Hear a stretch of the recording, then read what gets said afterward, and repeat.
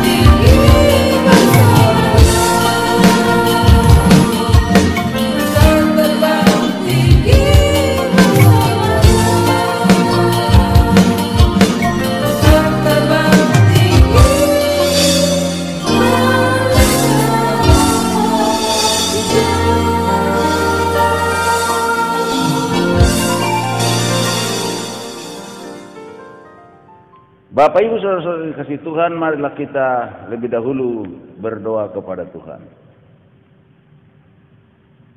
Bapa di dalam surga, saat ini kami datang kepadamu, kami mengucap syukur atas anugerah dan kasih-Mu. Tuhan, selalu kami puji, kami muliakan, tidak ada yang lain selain Engkau, Allah yang kami sembah di dalam Yesus Kristus, Juru Selamat kami yang hidup.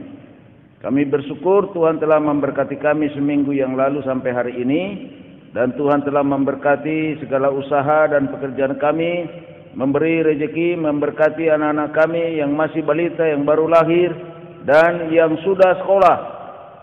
Kami berdoa Tuhan memberkati kami semua, agar kami selalu hidup di dalam kasih dan anugerah-Mu semata-mata. Supaya kami selalu menghargai Tuhan, selalu mengasihi Tuhan, dengan segenap hati kami, dengan segenap jiwa kami, dengan segenap kekuatan kami, dan dengan segenap akal budi kami. Tuhan, berkatilah kami pada saat ini mau merenungkan firman-Mu. Tuhan, berkatilah kami semua dengan firman Tuhan sebagai bekal hidup kami, yang menguatkan kami, yang menjadi suluh dan jalan bagi kehidupan iman kami.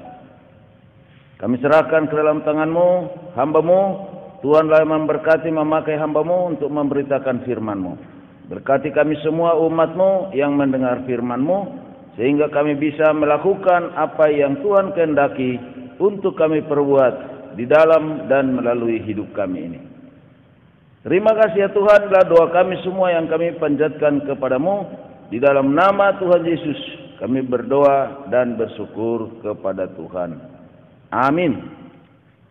Saat ini kita akan merenungkan firman Tuhan dengan tema kita semua adalah anggota keluarga Allah atau seisi rumah Allah.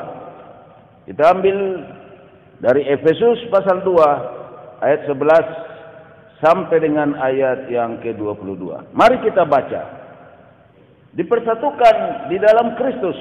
Karena itu ingatlah bahwa dahulu kamu sebagai orang-orang bukan Yahudi menurut daging, yang disebut orang-orang tak bersunat oleh mereka yang menamakan dirinya sunat, yaitu sunat lahiriah yang dikerjakan oleh tangan manusia. Bahwa waktu itu kamu tanpa Kristus, tidak termasuk kewargaan Israel, dan tidak mendapat bagian dalam ketentuan-ketentuan yang dijanjikan, tanpa pengharapan dan tanpa Allah di dalam dunia. Tapi sekarang di dalam Kristus Yesus, kamu yang dahulu jauh sudah menjadi dekat oleh darah Kristus, karena Dialah damai sejahtera kita, yang telah mempersatukan kedua pihak dan yang telah merubuhkan tembok pemisah, yaitu perseteruan. Sebab dengan matinya sebagai manusia, Ia telah membatalkan hukum Taurat dengan segala perintah dan ketentuannya, untuk menciptakan keduanya menjadi satu manusia baru di dalam dirinya, dan dengan itu mengadakan damai sejahtera, dan untuk memperdamaikan keduanya di dalam satu tubuh dengan Allah oleh salib, dengan melenyapkan perseteruan pada salib itu. Ia datang dan memberitakan damai sejahtera kepada kamu yang jauh, dan damai sejahtera kepada mereka yang dekat.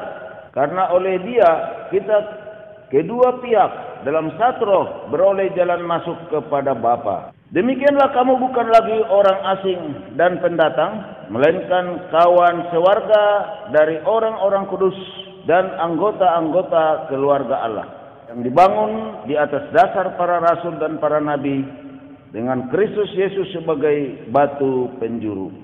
Di dalam Dia tumbuh seluruh bangunan rapi tersusun menjadi bait Allah yang kudus di dalam Tuhan. Di dalam Dia kamu juga turut dibangunkan menjadi tempat kediaman Allah di dalam roh. Demikianlah dasar daripada firman Tuhan. Yang berbahagialah kita semua yang selalu merenungkan firman Tuhan dan melakukannya dalam hidup kita sehari-hari. Bapak Ibu saudara-saudara yang dikasihi Tuhan, goal atau sasaran utama saya dengan firman Tuhan ini adalah yang pertama, agar kita umat Tuhan menyadari bahwa Tuhan memiliki keluarga di mana kita adalah anak-anak Allah atau umat Tuhan. Dan yang kedua, agar kita atau umat Tuhan hidup dalam kekuatan dan kebersamaan dalam kasih Tuhan. Bapak Ibu saudara-saudara kasih Tuhan, persekutuan anggota jemaat sebagai satu jemaat Kristus itu dibangun dan digambarkan oleh kitab suci sebagai satu tubuh. Tentu sudah kita tahu, seperti anggota-anggota tubuh itu tidak dapat dipisahkan yang satu dengan yang lain, dan masing-masing anggota tubuh itu yang satu memerlukan anggota tubuh yang lain. Itu memang menjadi gambar yang jelas dan menjadi gambar yang indah sekali. Memang kita masing-masing perlu melihat, merasakan, dan menginsafi atau menyadari bahwa kita masing-masing bergantung satu kepada yang lain. Tiap-tiap gereja Kristen yang satu saling bergantung dengan yang lain. Itulah ciri khasnya. Itulah sifat gereja Yesus Kristus. Yang satu membutuhkan yang lain. Yang satu menerima, yang lain memberi. Di lain waktu yang satu memberi, yang satu menerima. Itulah suatu kekuatan yang dapat mendorong untuk hidup saling mengasihi, saling melayani, saling tolong-menolong, dan saling bekerja sama. Rasul Paulus menaikkan lagi keindahan ini menjadi suatu keindahan spiritual atau keindahan rohani, keindahan persatuan ini, yaitu bahwa anak-anak Tuhan atau umat Tuhan yang percaya kepada Yesus itu adalah sebagai satu keluarga di dalam Allah, atau sebagai seisi rumah Allah. Dalam ayat 19 dikatakan, demikianlah kamu bukan lagi orang asing dan pendatang. Apakah yang dimaksud orang asing dan pendatang? Jawabannya begini. Orang-orang Efesus di mana surat ini ditujukan oleh Rasul Paulus bukanlah keturunan Israel atau keturunan dari orang perjanjian. Dalam surat-suratnya Paulus menyebut yang bukan keturunan Israel adalah kafir atau orang yang tidak bersunat, yang tidak mengenal Allah. Akan tetapi setelah orang percaya kepada Yesus Kristus, maka tidak ada lagi tembok-tembok yang sana tidak bersunat adalah kafir, dan yang sini adalah orang bersunat, adalah orang perjanjian atau umat Tuhan. Semua adalah sudah menjadi satu manusia baru, seperti yang kita tadi baca di dalam ayat yang ke-15. Menciptakan keduanya menjadi satu manusia baru di dalam diri Yesus. Dan keduanya atau yang bersunat dengan yang tidak bersunat, tetapi sama-sama percaya kepada Yesus Kristus, sudah satu tubuh dan sudah menjadi anggota keluarga Allah. Seperti yang dijelaskan di dalam ayat 16 sampai dengan ayat yang ke-19. Di dalam ayat 19 juga dikemukakan hal orang asing. Apakah yang dimaksud oleh Paulus kepada jemaat Efesus? Orang asing itu adalah bukanlah kita atau bukanlah warga yang sama dengan kita, bukan sewarga negara dengan kita.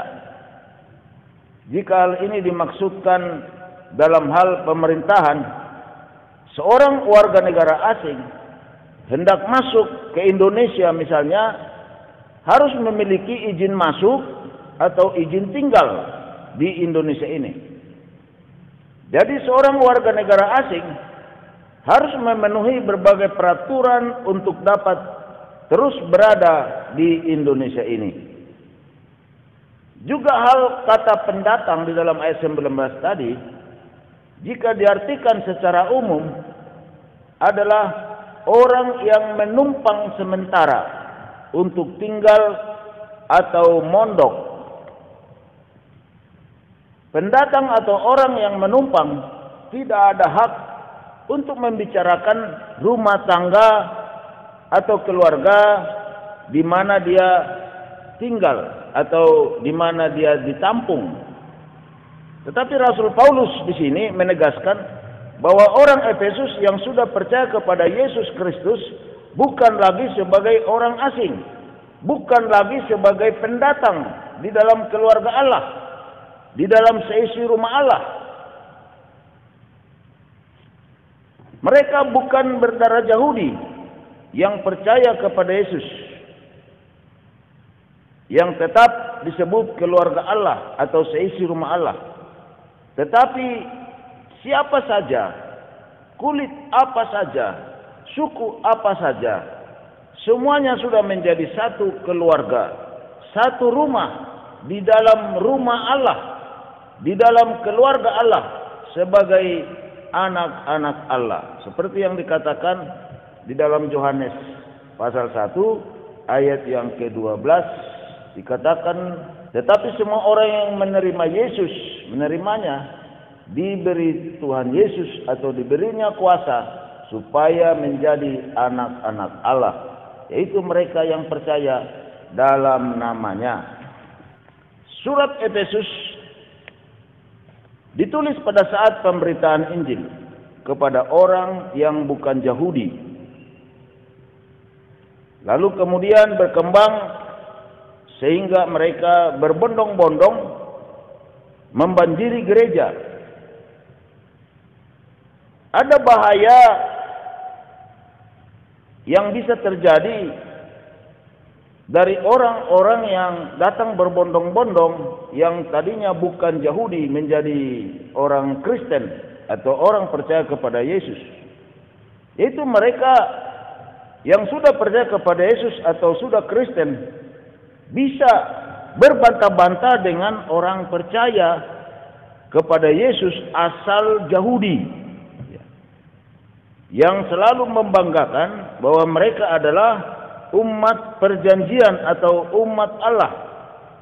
Sedang yang sudah Kristen oleh orang Yahudi dianggap Kristen kelas 2 atau Kristen tidak asli, Kristen yang tidak dari jalur perjanjian Allah dengan umatnya. Seperti yang kita baca tadi di dalam ayat 11 Efesus 2. Karena itu ingatlah bahwa dahulu kamu sebagai orang-orang bukan Yahudi menurut daging. Jadi itu yang dimaksud tadi, bahwa ada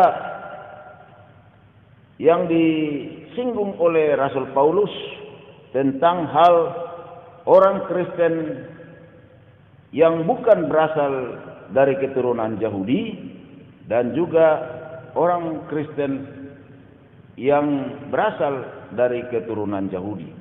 Nah, itu bisa suatu waktu bisa konflik, bisa suatu waktu berbantah-bantah, bisa suatu waktu untuk berdebat dan bisa saling ingin menang, ingin benar. Nah, itu yang dimaksud di dalam penjelasan saya. Tetapi Rasul Paulus itu sangat pintar karena dia dikuasai oleh Roh Kudus, dikuasai oleh Roh Tuhan. Yahudi yang Kristen dan orang Kristen yang bukan berasal dari keturunan Yahudi. Seperti yang dikatakan tadi ayat 11 sampai 12. Dipertemukan di dalam Kristus Yesus yang memberikan damai sejahtera. Seperti yang dikatakan di dalam ayat 14 tadi. Karena dialah damai sejahtera kita yang telah mempersatukan kedua pihak. Kedua pihak di sini adalah orang Kristen yang berasal dari keturunan Yahudi dan orang Kristen yang berasal bukan dari keturunan Yahudi. Dan yang telah merubuhkan tembok pemisah, yaitu perseteruan. Perseteruan itu yang dimaksud tadi berbantah-bantah, berdebat, saling membenarkan dirinya, kelompoknya. Jadi itulah yang kita baca tadi di dalam ayat 14. Jadi damai sejahtera daripada Kristus itu membuat tidak ada lagi tembok pemisah yang membuat satu sama lain sebagai berlainan atau asing atau tidak segolongan, tidak sama. Tidak ada lagi berkata, saya Kristen asli berasal dari keturunan Yahudi. Yang satu berkata, saya memang Kristen tapi bukan berasal dari keturunan Yahudi.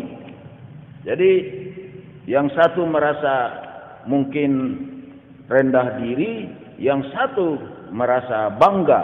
Ya. Jadi kalau kita memperhatikan di sini bahwa itu yang dimaksud, nanti ada bahayanya saling berbantah-bantah. Paulus telah berhasil menyatukan kedua belah pihak ini, yaitu Kristen asal Yahudi dan Kristen yang bukan berasal dari Yahudi dengan perkataan untuk menciptakan keduanya menjadi satu manusia baru di dalam Yesus Kristus dan dengan itu mengadakan damai sejahtera. Seperti yang kita baca tadi ayat 15, coba kita baca sekali lagi. Sebab dengan matinya sebagai manusia, ia telah membatalkan hukum Taurat dengan segala perintah dan ketentuannya untuk menciptakan keduanya menjadi satu manusia baru di dalam dirinya dan dengan itu mengadakan damai sejahtera dan untuk memperdamaikan keduanya dalam satu tubuh dengan Allah oleh salib dengan melenyapkan perseteruan pada salib itu. Ya, perseteruan sebagai orang beriman. Mengadakan damai sejahtera maksudnya ialah bahwa di dalam Yesus mereka satu sama lain, kedua golongan itu, golongan Kristen keturunan Yahudi dan golongan Kristen yang bukan keturunan Yahudi, itu saling menerima.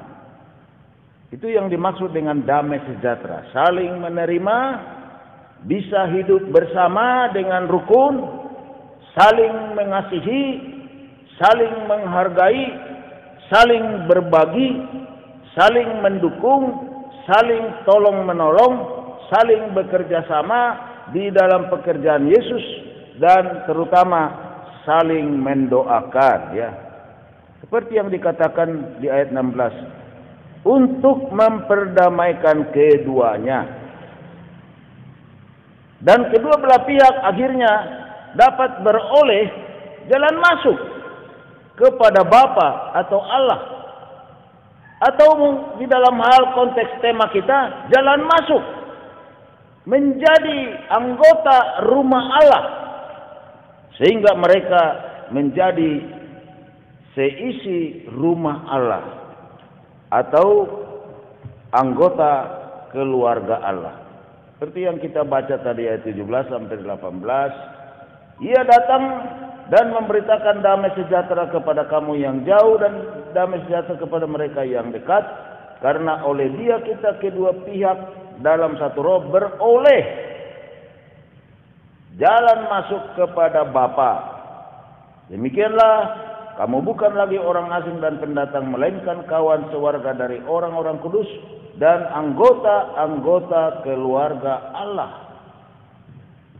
Jadi dengan di dalam Yesus berdamai, tidak ada lagi perseteruan, tidak ada lagi saling membenarkan diri, saling mengatakan dirinya benar. Dia keturunan umat Allah, dia keturunan anak perjanjian. Dengan orang Kristen baru yang bukan keturunan Yahudi, tidak lagi saling membanggakan, yang saling merasa rendah hati atau minder, tetapi keduanya sudah dipersatukan. Mereka sesudah dipersatukan dari perseteruan itu, mereka telah mendapat damai sejahtera dari Tuhan. Kemudian mereka bisa rukun dan akhirnya mereka bisa memiliki jalan masuk kepada Allah, jalan masuk menjadi anggota keluarga Allah, jalan masuk menjadi anggota seisi rumah Allah. Itu yang dimaksud di sini. Bapak Ibu Saudara yang dikasihi Tuhan, dengan demikian ada 3 hal yang dapat kita ambil sebagai perenungan kita dari firman Tuhan Efesus 2 ayat 11 sampai 22 ini, dengan tema kita yaitu kita semua adalah anggota keluarga Allah atau seisi rumah Allah. Perenungan kita yang pertama, kalau kita ambil daripada tema dan juga dari firman Tuhan ini adalah sebagai anggota keluarga Allah atau seisi rumah Allah, tidak ada lagi tembok pemisah antara orang Yahudi Kristen dan Kristen yang bukan keturunan Yahudi. Jadi jika kita perluas sampai kepada kehidupan orang-orang Kristen dimanapun, dan khususnya kepada kita di dalam Yesus, tidak ada lagi perbedaan suku, perbedaan ras, perbedaan kulit, perbedaan bahasa, perbedaan budaya, perbedaan kaya dan miskin, dan perbedaan yang satu rumahnya di daerah elit, di real estate, yang satu rumahnya di pinggir rel kereta api, di pinggir-pinggir sungai, daerah-daerah garapan, daerah-daerah kumuh. Tidak ada lagi pejabat dengan bawahan, tidak ada lagi tuan di dalam rumah, pembantunya orang Kristen, dia sebagai pembantu, tetapi semuanya dilihat sebagai anak-anak Allah, sebagai umat Allah, sebagai anggota keluarga Allah, sebagai sesama seisi rumah Allah. Itu keindahan yang dibuat atau diinginkan atau telah diangkat oleh Rasul Paulus dari hal kedua golongan ini, di mana surat Rasul Paulus ditujukan kepada jemaat Efesus, khususnya di ayat pasal 2 ayat 11 sampai 22 ini.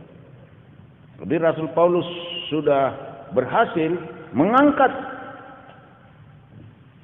keberadaan ini menjadi suatu hal yang sangat indah, yaitu kebersamaan kedua golongan itu antara Yahudi Kristen dan Yahudi non-Kristen, dan kemudian kita bisa mengaplikasikan ini kepada kehidupan kita, bahkan juga kepada seluruh gereja yang ada di dunia ini, untuk menjadi satu di dalam Tuhan, yang semuanya adalah anggota keluarga Allah dan anggota seisi rumah Allah.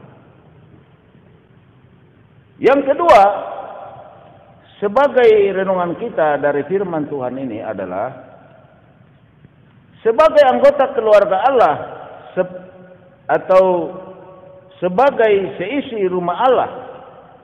Ada damai sejahtera karena diberikan Tuhan Yesus untuk berdamai satu sama lain, berdamai satu pihak dengan pihak yang lain, berdamai satu golongan dengan golongan yang lain, dan tidak ada lagi perseteruan, tidak ada lagi perdebatan untuk menunjukkan saya yang benar, kau tidak benar, saya yang anak Tuhan, kau bukan anak Tuhan, dan sebagainya.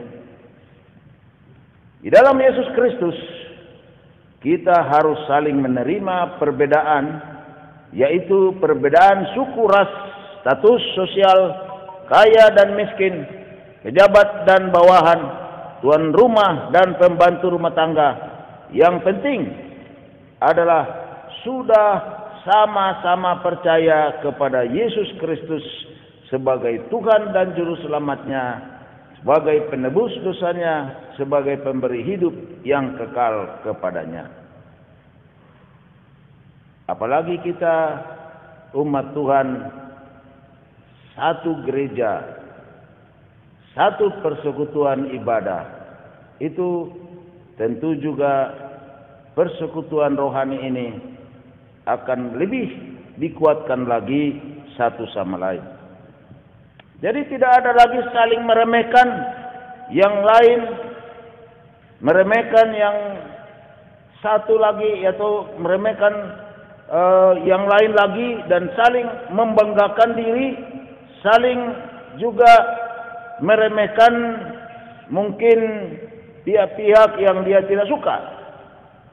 Tetapi kita semua harus bangga oleh karena Yesus Kristus. Kita menjadi anggota keluarga Allah, menjadi anggota seisi rumah Allah. Ini yang harus nampak dan harus terwujud, harus terjadi di dalam kehidupan kita.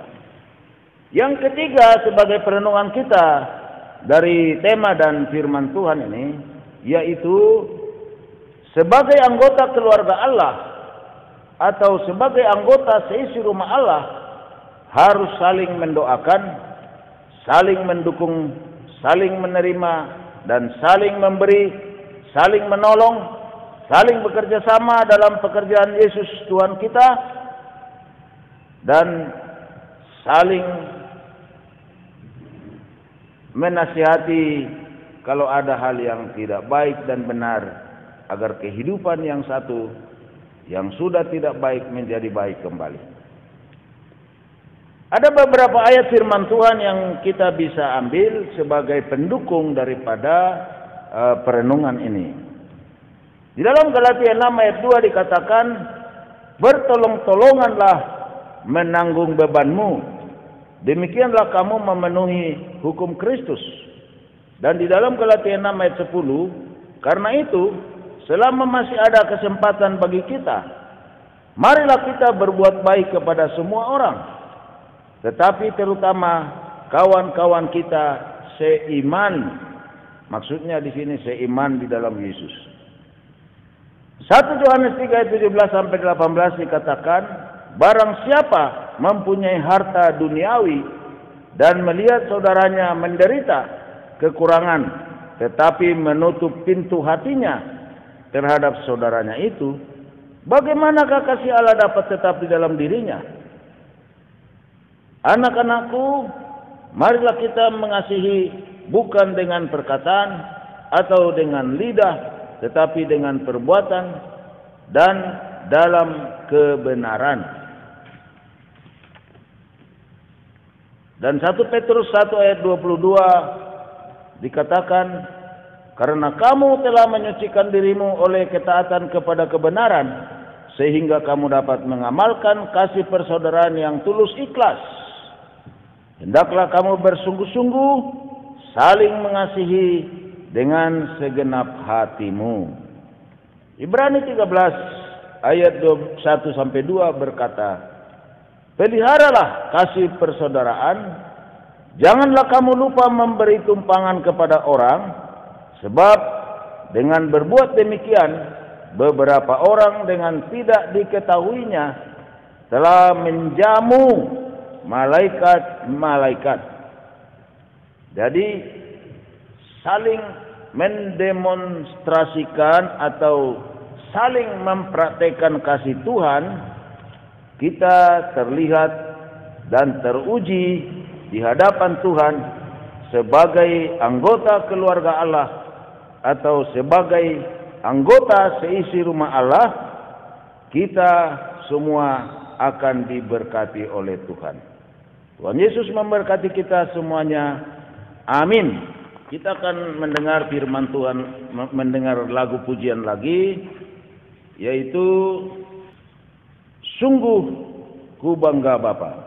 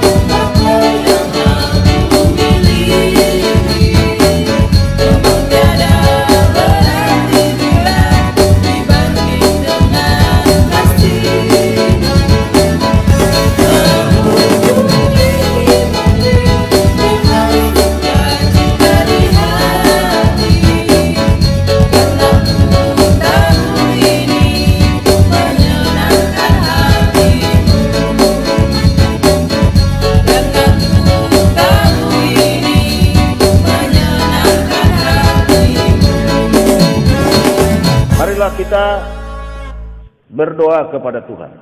Bapa di surga, kami sudah merenungkan firman-Mu, berkatilah kami semua, berkatilah umat-Mu, supaya kami semua bersama umat Tuhan selalu baik sehat, diberi imunitas yang baik, dijauhkan mara bahaya penyakit kecelakaan, terutama virus COVID-19 ini.